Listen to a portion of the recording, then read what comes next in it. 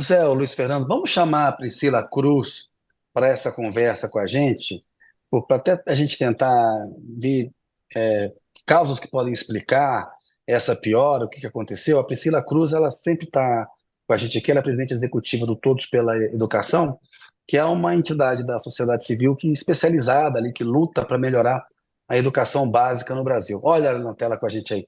Oi, Priscila, boa tarde para você. Boa tarde, Kennedy, Zé Roberto, Luiz Fernando. Muito bom estar com vocês. Apesar desse resultado ruim, bom estar com vocês. Pois é, Priscila, Obrigado a você, Priscila. é, Zé, Luiz Fernando, Priscila, seria importante ouvir de você essas informações que o Luiz Fernando tá. O que que explica isso? O que que aconteceu? O Toledo, o Zé Roberto estava falando, olha, 10% é uma queda significativa, né?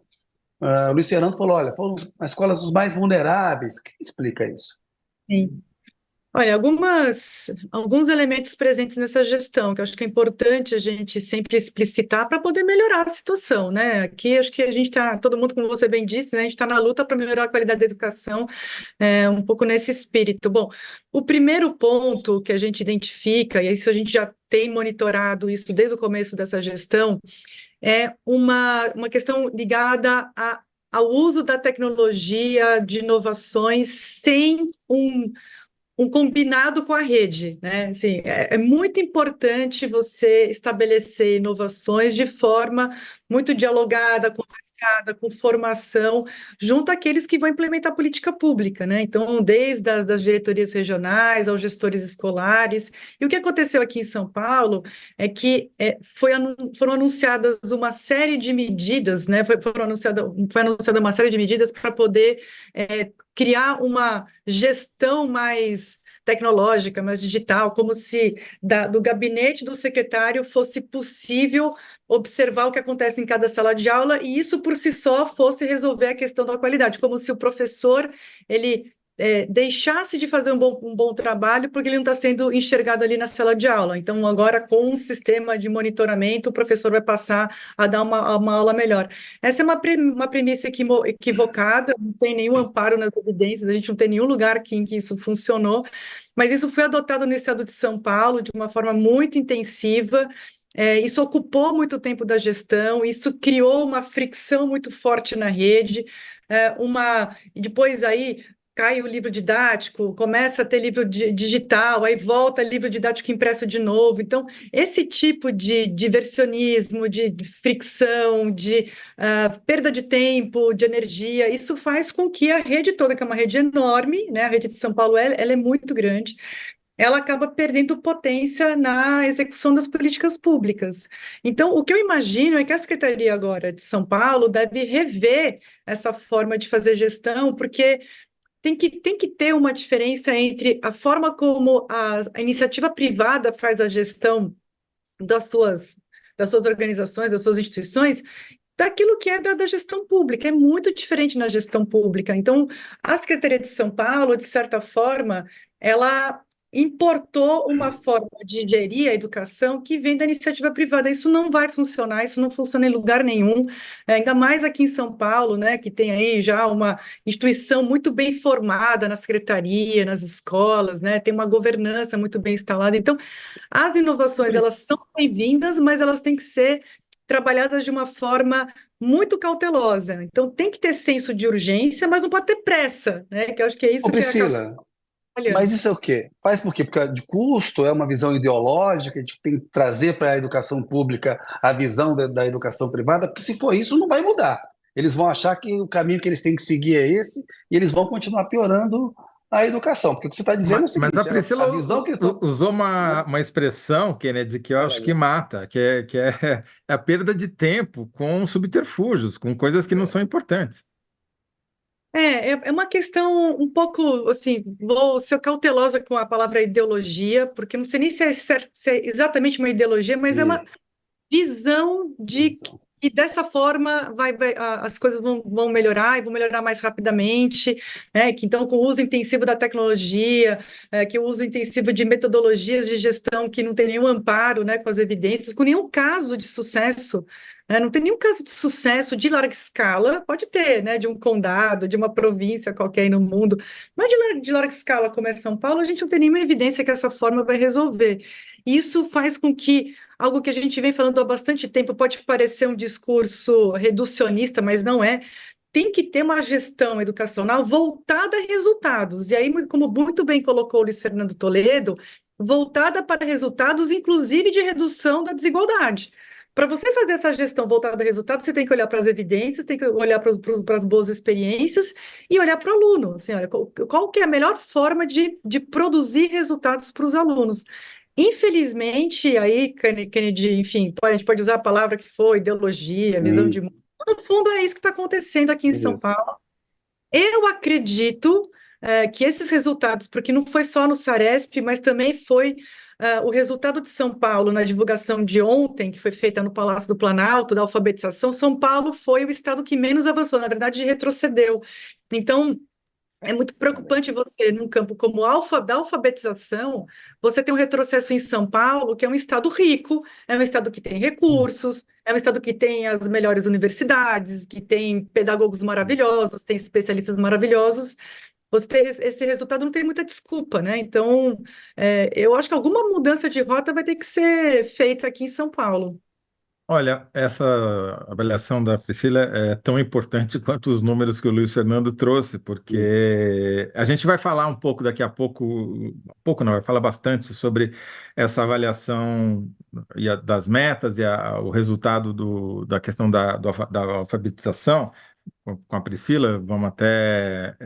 Mas eu queria, antes de entrar nesse assunto, pedir para o Luiz Fernando falar um pouquinho e talvez engatar uma pergunta para a Priscila sobre a questão da regionalização e dos temas, os meandros ali dos dados, né? Talvez essa questão, onde foi pior, onde foi melhor, para a Priscila poder avaliar um pouquinho os impactos sobre a desigualdade que essas políticas ou essa visão, como ela chamou, essa nova visão da Secretaria de Educação, está provocando entre os adolescentes e os alunos da rede pública do Estado de São Paulo.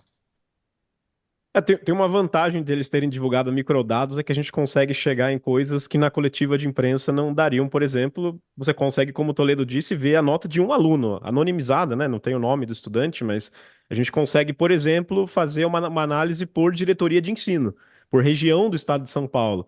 E aí você vê que quando você vai olhar para algumas regiões mais periféricas, escolas ali do extremo sul de São Paulo, o desempenho delas é muito inferior, inclusive, a de outras escolas da cidade de São Paulo. Se você pegar a diretoria de ensino Sul 3, que tem escolas do extremo sul, a queda foi de quase 20%, né? De 2,89 para 2,34. Então é uma queda ainda maior do que essa que a gente observa para o restante do estado. Então, é uma coisa que chamou muita atenção nesses dados para mim, foi justamente essa desigualdade muito, muito considerável, assim, se você olhar por diretoria de ensino, se você olhar pela quantidade de alunos que tem esse dado também, de alunos que aprenderam o básico, que tem o adequado para passar de ano, e em todos esses indicadores tem uma diferença gritante, né?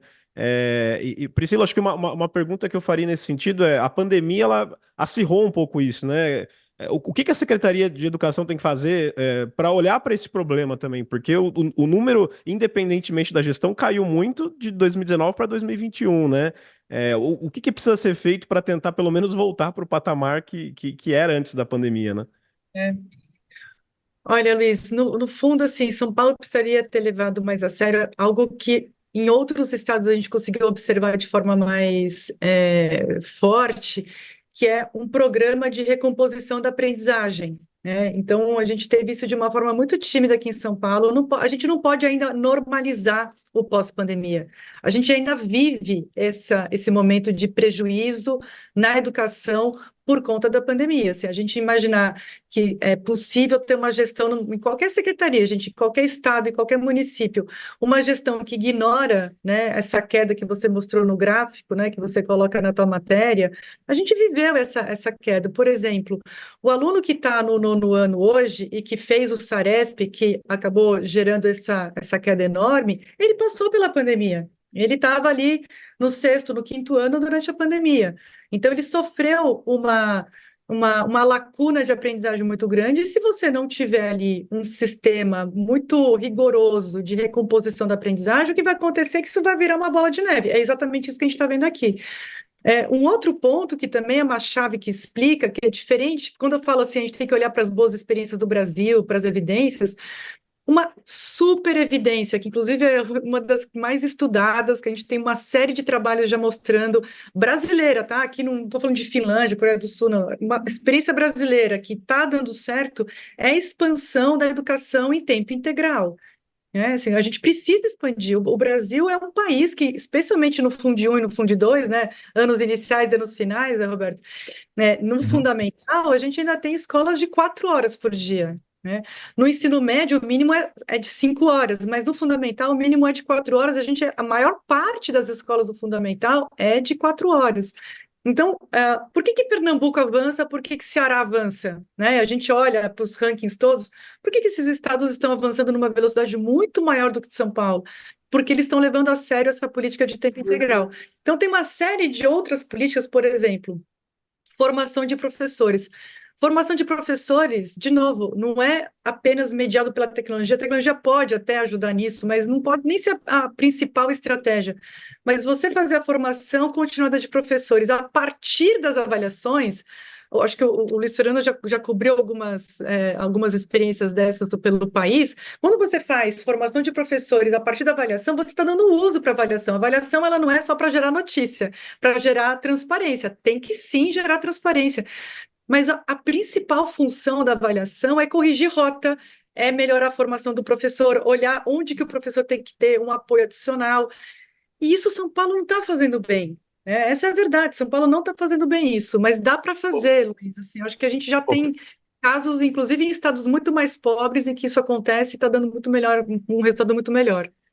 Ô Priscila, eu preciso aqui agradecer ao Luiz Fernando pela participação para a gente conseguir seguir adiante. A síntese dele, né, Zé, é a reportagem. A educação em São Paulo cai ao pior nível desde 2014 entre adolescentes. Não é isso, Luiz Fernando? Exatamente, a matéria fala por si. Então tá, joia. Pélio, te agradeço demais. Muito obrigado, tá bom? Até uma próxima. Eu que Ó, tem agradeço o convite. Valeu, querido. Tchau, tio. Priscila, Priscila e Zé, tem aqui 2 comentários que eu gostaria de ler. Um deles da Luci, de Santa Catarina. Sucatear as escolas para privatizar, no contexto aí do que seria a política de segurança, a de segurança pública também, que está com problema, né, de educação do Tarcísio de Freitas. E o Will de Oliveira, ele diz o seguinte: essa visão de colocar um tablet na mão de uma criança é uma das maiores falácias que existem, coisa de maluco. Claro que só colocar o tablet não adianta. Ter o tablet é importante, pode ser uma ferramenta auxiliar muito boa, mas não basta isso, tem que saber usar a tecnologia, é o que a Priscila estava explicando para a gente. Estamos aqui de volta com a Priscila para a gente seguir adiante. Priscila, quando a gente chamou você, a gente queria falar um pouco sobre a taxa das crianças não alfabetizadas no Brasil. E aí, você falou que, inclusive, São Paulo teve um retrocesso, estava falando há pouco no anúncio dos dados de ontem, né, lá do governo federal a respeito disso. Por que a taxa de crianças não alfabetizadas ao final do segundo ano fundamental no Brasil é alarmante, Priscila? Olha, esse aqui é um dos meus assuntos preferidos pela importância que tem, não pela notícia que ele provoca, né? Mas porque eu acho que tem 2 políticas que são fundamentais para a gente ter alfabetização. Quer dizer, a gente não adianta ter uma política forte de alfabetização no Brasil se ela não for antecedida por outras 2 que o Brasil, nesse ponto, está muito atrás. Até para fazer justiça, o ministro Camilo Santana finalmente homologou aqui um parecer do Conselho Nacional de Educação que finalmente coloca uma trava no EAD, no ensino à distância, na formação de professores. Então, aqui ficou muito Já tempo... foi um assunto de nossas conversas aqui Foi, no já passado, foi. né? Já foi. Ficou muito tempo em cima da mesa dele para homologar. Finalmente homologou durante o final de semana. Saiu no diário, no diário oficial na segunda-feira cedo. Então, que bom que foi homologado isso. Finalmente, já colocou uma trava de 50%. Mas não é só o EAD. A gente precisa melhorar a formação dos professores do país. A gente investe pouco. Então, por exemplo, por que a gente não tem um ProUni específico para professor? Então, esse ProUni em cursos de qualidade, cursos que atendem lá pré-requisitos estabelecidos, um padrão de qualidade, que atinge metas, que é de tempo integral, que tem estágio supervisionado, que é presencial, que não tem EAD. Então, assim, tem formas da gente melhorar a formação de professores. Quando a gente olha para o Chile e outros países, existe uma certa obsessão em relação à formação de professores, porque é meio óbvio, né, gente? Assim, quem está ali na sala de aula com o aluno é o professor. Se a gente forma mal o professor, é impossível melhorar a qualidade da educação. A gente pode vir com qualquer outra política. A qualidade do professor, ele acaba, se for ruim, ela deprime o potencial de qualquer outra política. Então, esse é um ponto, tá, Kennedy? A gente tem que levar a sério a formação de professores, eu acho que está no momento. E o segundo, que é o tema que a gente tem se dedicado mais nos últimos meses, que é uma política para a primeira infância. Assim, tem tanta evidência mostrando assim que é no período de 0 a 3 anos que 80% do desenvolvimento cognitivo, das conexões cerebrais são formadas, desenvolvimento social, físico, emocional, ele é totalmente formado na primeira infância. Tem que investir nesse período da vida para depois essa criança ela se alfabetizar, ela aprender ao longo de toda a sua trajetória escolar e tudo mais. Assim, o Brasil também tem falhado no histórico, não é só desse governo, mas de todos os governos passados. A gente tem uma lacuna muito grande em relação à primeira infância. A gente não cuida da primeira infância no Brasil. A gente cuida dos magistrados, a gente cuida dos deputados, a gente cuida de um monte de gente no Brasil, mas a criança a gente não cuida. Então, acho que tem uma inversão completa aqui de valores mesmo que a gente tem no Brasil, infelizmente, mas no dia que a gente formar bem todos os professores, no dia que a gente tiver um cuidado integral a todas as crianças na primeira infância, esse país decola na educação, e decola mesmo, decola porque acho que a gente está vivendo uma série de mudanças muito fortes em termos de agenda, de gestão nas secretarias estaduais, municipais, no próprio Ministério da Educação. Mas sem esses dois caminhos, assim, levados a sério, a gente sempre vai se decepcionar com os números. Então, precisa enfrentar e lutar lutar o dragão correto, né? Eu acho que esses são os dois que a gente precisa lutar. Ô, Priscila, eu Olha, estava lendo a nota do Todas pela Educação, desculpa, Kennedy, não, tudo bem. sobre o anúncio de ontem das metas para alfabetização de crianças no Brasil, etc. É bem interessante, porque vocês falam, não, teve avanços, né? Melhorou o último indicador em comparação ao passado, etc, etc. Mas lá no final, vocês entregam a bomba, né? 44% das crianças do segundo ano do ensino fundamental do Brasil, em média, não estão alfabetizadas, é isso? É isso. É exatamente isso, Zé. Assim, é exatamente isso que a gente está vivendo. A gente também voltou para um nível pré-pandemia, né? Então, na alfabetização, o que é esperado, tá? Então, assim, aqui eu também preciso fazer aqui uma certa crítica ao anúncio que foi feito ontem no Palácio do Planalto. Ficou parecendo que o Ministério da Educação teve uma contribuição muito grande para esse aumento de 20 pontos percentuais, né? A gente saiu de 36% das crianças alfabetizadas para 56%, daí os 44% que não estão Uhum. alfabetizados. Mas, na verdade, é que o programa Criança Alfabetizada começou agora a ser implementado, tá? Então, assim, esse é um resultado que tem muito mais a ver com o trabalho que alguns estados começaram a implementar, né, nos seus programas próprios, também estimulados pelo governo federal, mas isso também, muitos deles já vinham de antes. É, Agora, a verdade é que esse aumento era esperado, porque essa criança, a medição anterior, que deu 36%, é uma medição que aconteceu ainda com a pandemia. A criança estava em Sim. casa, então era esperado que houvesse aquela queda. Como também era esperado que agora, com uma criança voltando a frequentar a escola, esse indicador subisse Voltou, também. é como se a gente tivesse tido um pesadelo durante 2 ou 3 anos e agora a gente acordou do pesadelo, mas acordou no mesmo lugar onde a gente estava antes do pesadelo. Um ponto acima. O próprio Lula ontem se queixou um pouco disso, porque a meta para 2030 é 80% das crianças, né? E ele falou, tinha que ser 100, né? E fa- então, assim, é uma situação muito ruim, né? Mesmo, né, É, Priscila? É um é, negócio é que entristece. tem que resolver esse negócio. Agora, também, por outro lado, por que que dá para a gente comemorar esse resultado de ter voltado para o indicador anterior? Porque essa criança que foi avaliada agora, ela estava em casa na pré-escola, então ela não viveu a pré-escola. Então ela também teve um prejuízo. Isso significa assim, se o Brasil não tivesse feito nada, o resultado teria sido pior ainda. A gente chegou no mesmo nível pré-pandemia porque o Brasil, de alguma forma, fez a lição de casa. É insuficiente, tem muita coisa para ser feita, mas existe sim um vetor positivo. Tem um vetor negativo que eu acho que foi realmente assim, faltou potência nessa política, a gente está precisando colocar ainda mais força nisso. Eu gostei, Kennedy, da fala do presidente Lula ontem, eu estava lá no Palácio do Planalto, na divulgação dos dados, eu gostei dessa fala dele, porque eu acho que a gente não pode se contentar com isso, assim, com o que foi apresentado. Não é motivo para comemoração. O que é motivo é para a gente dizer o seguinte: olha, o Brasil está no caminho, precisa acelerar o passo. A gente está na marcha 2, precisa botar a quarta marcha, quinta marcha e alfabetizar toda a criança. Mas, de novo, para alfabetizar todas as crianças, porque quem que está faltando, Kennedy e Roberto, você sabe quem está faltando, quem são os 44%? São as crianças mais pobres, são as crianças Sim. negras, são as crianças periféricas, a gente já sabe dessa história.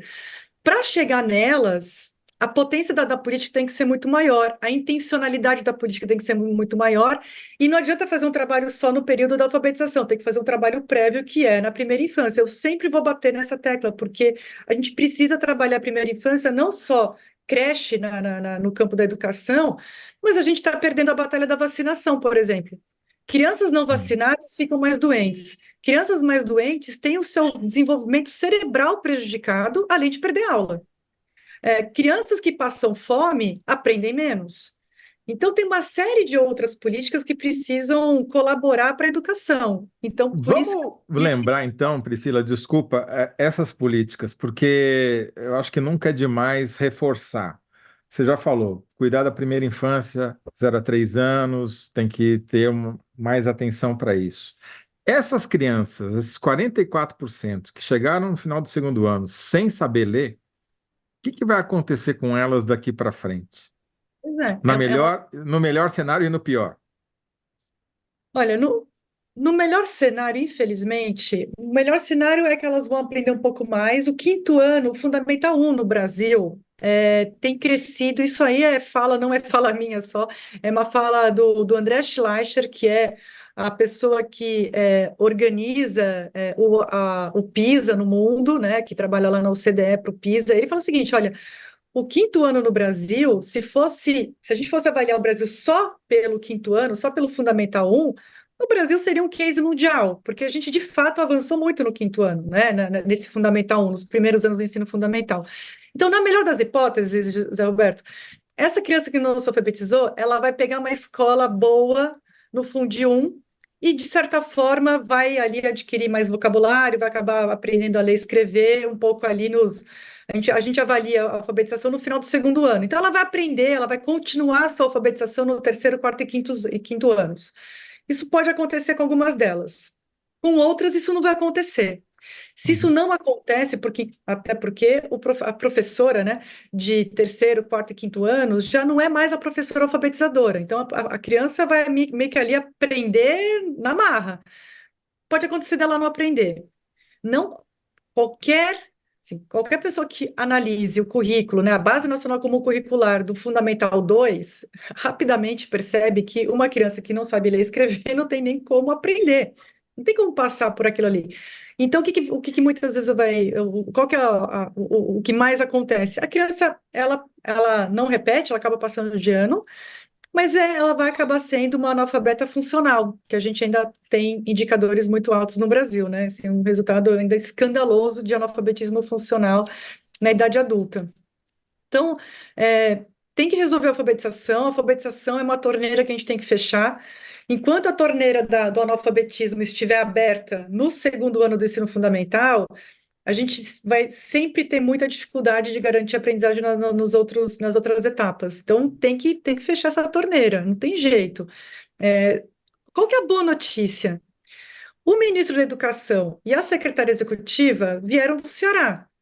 Ceará, de novo, ontem, de novo no anúncio, Ceará em primeiro lugar. Então, o Ceará, ano após ano, vem mostrando que é o estado que melhor tem colocado em prática políticas baseadas em evidências. Aqui, gente, não tem direita e esquerda, tá?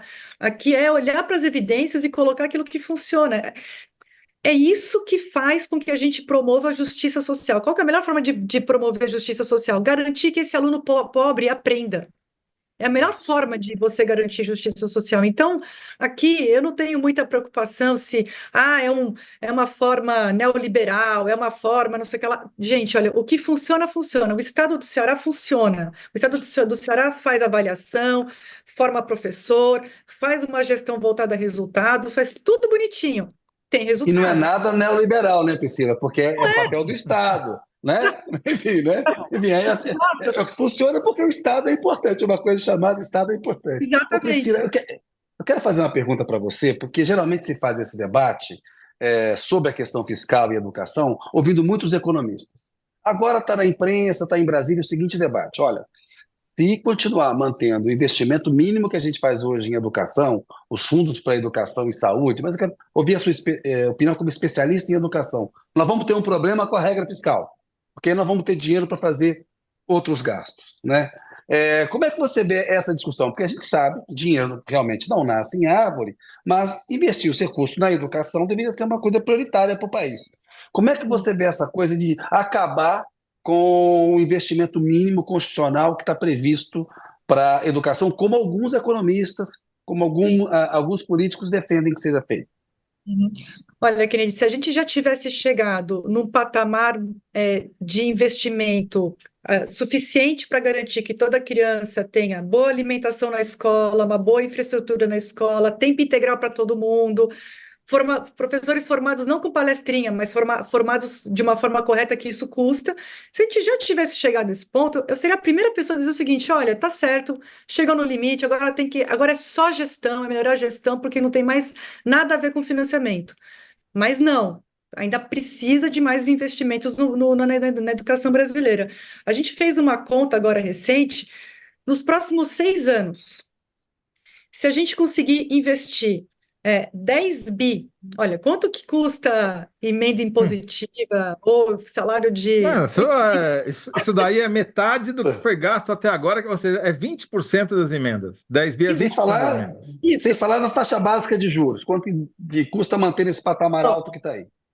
se a gente investir 10 bi por 6 anos, todos os anos, a gente coloca 70% das crianças em tempo integral.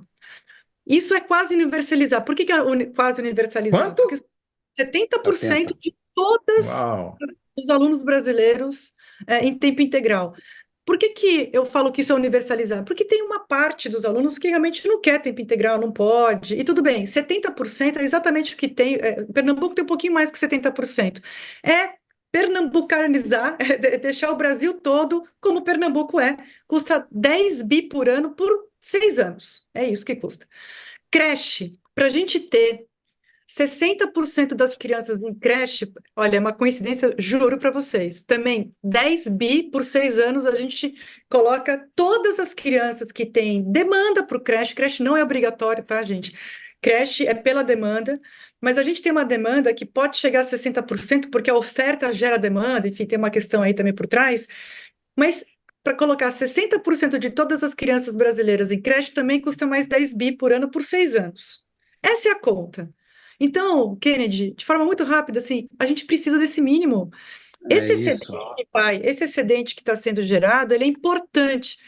E tem uma outra defesa que eu também queria aproveitar e fazer, que é o seguinte: tem gasto ruim e gasto bom. Tem gasto que não gera mais crescimento econômico, tem gasto que não gera mais combate à desigualdade, tem gasto que é ruim. A gente tem um monte no Brasil.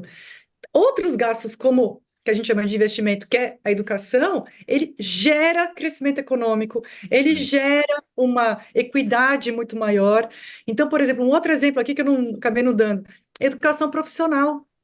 Educação profissional, a gente tem 11% dos jovens do ensino médio em educação profissional. A média da América Latina é 20%, da OCDE é 40%. O Brasil está muito atrás. A educação profissional, ela é um salto de renda para esses jovens, a gente precisa investir nisso também. Então, tem espaço para investir mais e melhor na educação.